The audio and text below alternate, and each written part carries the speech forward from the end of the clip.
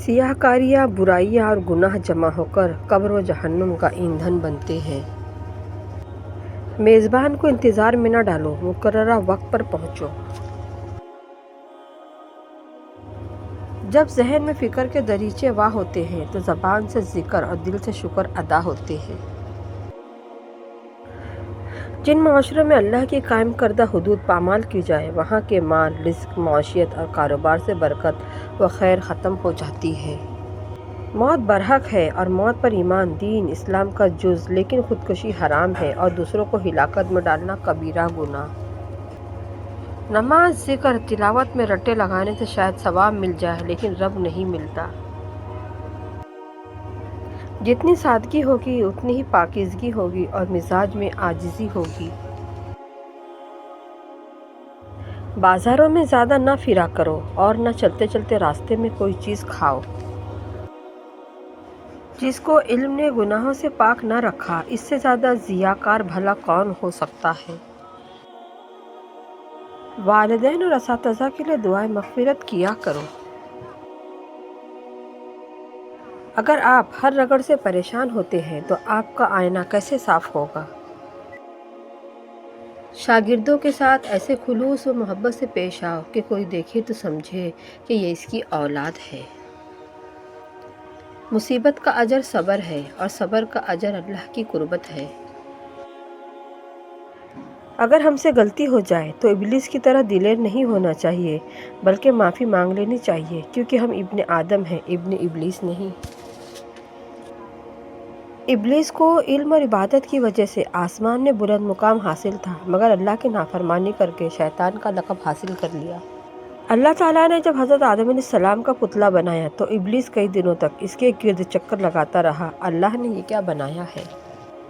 اگر تم اپنے شعبے میں کامیاب ہو تو معاشرے کو راشن اور خیرات دینے کی بجائے اپنے جیسے کم از کم 10 ہنرمند افراد دو۔ کبھی مرنے والے کا خیال آئے تو ہسپتال جا کر دیکھنا کہ لوگ جینے کے لیے کیا کیا کرتے ہیں۔ بد اخلاقی نحوست اور خوش اخلاقی برکت ہے، جبکہ صدقہ بری موت سے بچاتا ہے۔ زندگی کے ہاتھ نہیں ہوتے، لیکن کئی دفعہ ایسا تھپڑ لگاتی ہے کہ پھر ساری عمر ان کا نشان نہیں جاتا۔ اللہ نے عورت کو ماں کا رتبہ دیا اور جنت اس کے پاؤں کے نیچے رکھی۔ اس کی جہالت میں کوئی شک نہیں جو عورت کو پاؤں کی جوتی سمجھتا ہے۔ اچھائی گھاس جیسی ہوتی ہے جو سوکھی گھاس کھا کر بھی میٹھا دودھ دیتی ہے، اور برائی سانپ ہوتی ہے جو میٹھا دودھ پی کر بھی ڈس لیتا ہے۔ برائی برے لوگوں سے نہیں، اچھے لوگوں کے چپ رہنے سے پھیلتی ہے۔ ان لوگوں کو وضاحتیں دے دے کر اپنا وقت اور سکون کو برباد نہ کرو جو ہمیشہ آپ کو غلط سمجھنے کے لیے مصروف عمل رہتے ہیں۔ جو 100 بار گر کر بھی اٹھنے کی ہمت رکھتا ہے، اسے کون گرائے گا؟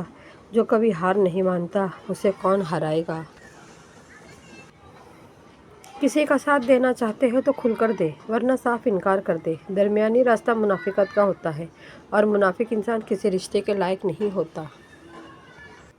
تجربے نے ایک بات سکھائی ہے، کسی کی غلطیوں کو بے نقاب نہ کر، اللہ بیٹھا ہے تو حساب نہ کر۔ حاسد کے لیے بس یہی سزا کافی ہے کہ جب تم خوش ہوتے ہو تو وہ غمگین ہو جاتا ہے۔ اگر تم موت کی رفتار کو دیکھ لیتے تو امیدوں سے نفرت کرتے اور کبھی ان کو پورا کرنے میں مصروف نہ ہوتے۔ پرندے اپنے پاؤں اور انسان اپنی زبان کی وجہ سے جال میں پھنستے ہیں۔ گفتگو میں نرمی اختیار کرو، لہجوں کا اثر الفاظ سے زیادہ ہوتا ہے۔ آپ کسی کو بھی زبردستی 2 کاموں کے لیے مجبور نہیں کر سکتے، ایک محبت اور دوسرا عبادت، کیونکہ دونوں دل سے ہوتی ہے اور دونوں کا رشتہ روح سے جڑا ہوتا ہے۔ نا امید شخص ہر اچھا موقع گنوا دیتا ہے، اور پر امید شخص پریشانی میں بھی موقع تلاش کر لیتا ہے۔ بعض دفعہ بھرپور خوشی حاصل کرنے کے لیے ایک آدھ نکتے کا فرق رہتا ہے کہ آپ 2 اچھے الفاظ بول کر سارے اختلاف ختم کر سکتے ہیں۔ انسان کا زوال اس وقت شروع ہوتا ہے جب وہ اپنے مخلص لوگوں کے ساتھ منافقت شروع کر دیتا ہے۔ انسان ہونا ہمارا انتخاب نہیں، قدرت کی عطا ہے، لیکن ہمارے اندر انسانیت قائم رکھنا ہمارا اپنا انتخاب ہے۔